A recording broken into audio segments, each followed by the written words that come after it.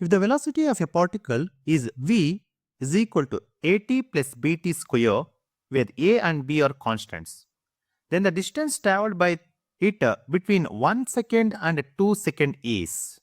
Okay, here they are going to give one velocity. The particle means a particle of that velocity, which is given by a v is equal to at plus bt square. V is equal to at plus bt square.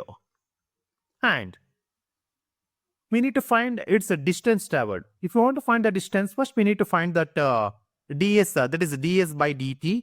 Velocity is equal to distance traveled by time taken. So ds by dt, if I am going to do this one, that means if I am going to integrate this one with the help of respect to dt, that is at plus bt square.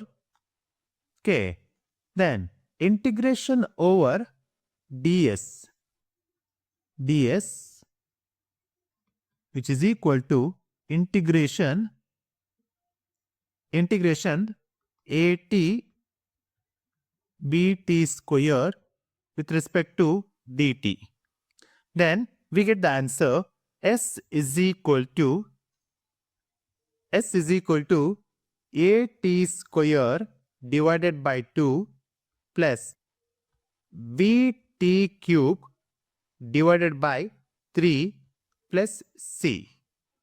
If s at t is equal to 1 second, a by 2 plus b by 3 plus c. With the distance, that is s is equal to t at 2 seconds is equal to, then we get the value 2a plus 8 by 3 b plus c.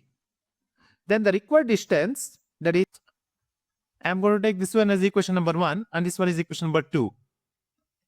Equation number 2 minus 1 is 2a plus 8 by 3 times b plus c minus a by 2 plus b by 3 plus c. Then by simplifying, we get the value 3 by 2a plus 7 by 3b. This we can see in the option C, 3 by 2a plus 7 by 3b. Option C is the right answer.